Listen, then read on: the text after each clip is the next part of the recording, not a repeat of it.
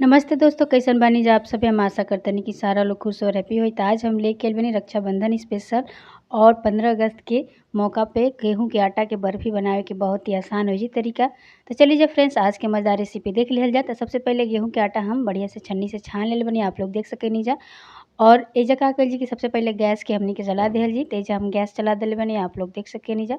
और अब का कइल जी, कढ़ाई चढ़ा देहल जी और कढ़ाई के बढ़िया से गरम होखे दिहल जी। तेजा आप लोग देख सकेनी जा, कढ़ाई बढ़िया से गरम होता।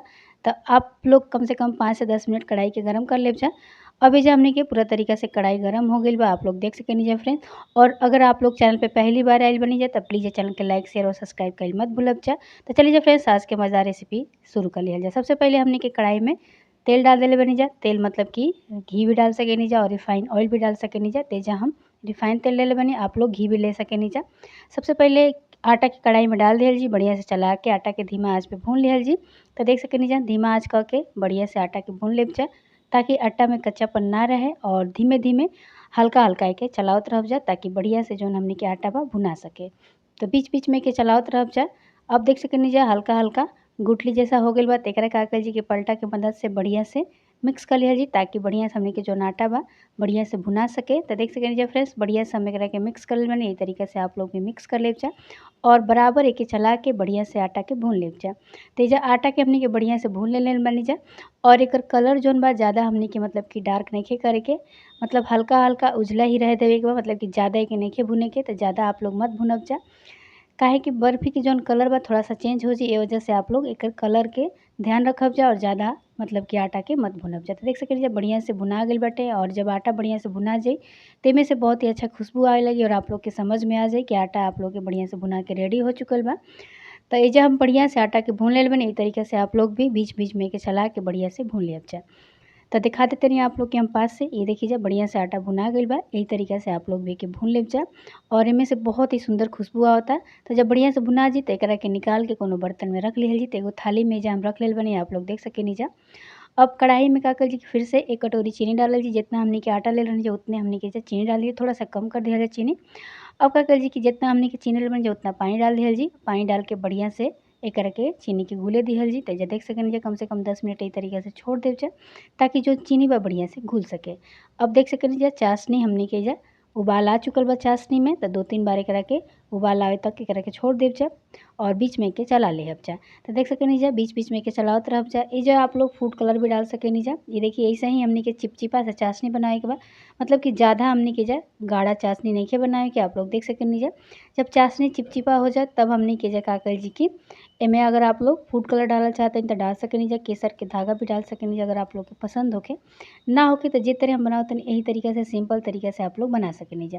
तो चाशनी हमनी के पूरा तरीका से बढ़िया से बन के रेडी हो चुकल बा, आप लोग देख सकेनी जा। तो अब का कइल जी कि गेहूँ के आटा के डाल दिहल जी और थोड़ा-थोड़ा करके डालल जी, एक ही बार में सारा ना डालल जी। ऐसे का होई, तो अब आप लोग देख सकेनी जा, थोड़ा-सा आटा और डाल दिहल जा, मतलब कि सारा एजा आटा हमनी के डाल दिहल जी और बढ़िया से एकरा के मिक्स कर लिहल जी, ताकि आटा में गुठली ना रहे। देख सकेनी जा आप लोग, बढ़िया से एकरा के मिला लेब जा और कम से कम 5 मिनट यही तरीका से आप लोग के मिलावे के बाटे, ताकि जौन गुठली बा बढ़िया से मिक्स हो जाए। तो ये देखिए जा, बढ़िया से मिक्स कर लेल बानी। अब एजा आप लोग घी भी डाल सकेनी जा। अब एमे आप लोग चाहें तो नारियल के बुरादा भी घिस के डाल सकेनी जा बर्फ़ी में, इससे भी टेस्ट बढ़िया आवेला। और मिल्क पाउडर भी डाल सकेनी जा टेस्ट खातिर। और ना तो सिंपल तरीका से बना सकेनी, जे तरह दादा दादी हमनी के गाँव में बनावत रहल वही तरीका से बना सकेनी जा आप लोग, एकदम से सिंपल तरीका से। तो देख सकेनी जा, बढ़िया से एकरा के हमनी के धीमा आँच कर दिहल जा। धीमा आँच पे पूरा हमनी के मिठाई के अच्छा तरीका से पका लिहल जाए। देखिए जा, कितना बढ़िया से हमनी के मिठाई पक के रेडी हो चुकल बा। इही तरीका से बीच बीच में आप लोग चलावत रहब जा। और अभी तक हमरा चैनल के सब्सक्राइब आप लोग नहीं कीजा कले, तब प्लीज़ लाइक, शेयर और सब्सक्राइब कइल मत भूलब जा। और अगर हमरा चैनल पे पहली बार आइल बनी जा तब प्लीज़ ये चैनल के सब्सक्राइब कर लेब जा। तो देख सकेनी जा फ्रेंड्स, बढ़िया से मिक्स कर लेल बनी और आटा एकदम से, मतलब कि थोड़ा सा भी गुठली नहीं खे। थोड़ा सा हम तिल डाल देतनी स्वाद खातिर, अगर आप लोग को पसंद ना होखे तो बिना तिल के भी बना सकेनी जा। और बढ़िया से मिक्स कर लिहल जा सारा चीज़ के। अब जब बढ़िया से मिक्स हो जी तब एजा हमनी का कइल जी कि गैस के बंद कर दिहल जी। ये देखिए, बढ़िया से हम मिठाई के पका लेल बनी। इस तरीके से आप लोग पका लेब जा, ताकि एमे जौन कच्चापन होखे वो भी निकल जाए। अब का कइल जी कि एगो थाली लिहल जी, जौन कि हम पहले से घी लगा के रख लेल बनी, आप लोग देख सकेनी जा।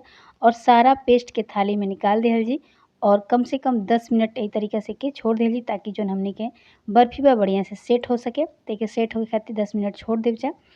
10 मिनट के बाद एकरा के हमनी के कटिंग कइल जी। आप लोग एकरा के फ्रिज में भी रख सकेनी जा और ऐसे भी आप लोग मतलब कि रख सकेनी जा। फ्रिज में रखल जा त एकरा ऊपर से थोड़ा सा ढक्कन लगा देव जा, कोनो कपड़ा से चाहे कोनो बर्तन से ढक देव जा।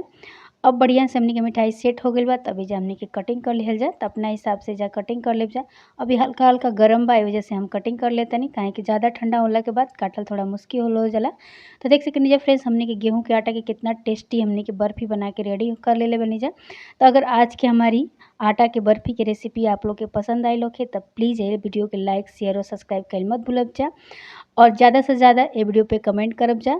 और प्लीज़ हमके कमेंट करके बताइब जा कि ये वीडियो के आप लोग कहाँ से देखत तनी, ताकि हम आप लोग के थैंक्स बोल सकी। तो देख सकेनी जा फ्रेंड्स, बहुत मज़ेदार और टेस्टी आज के गेहूं के आटा के बर्फी बन के तैयार हो चुकल बा। तब तक के लिए बाय बाय, फिर मिल जी।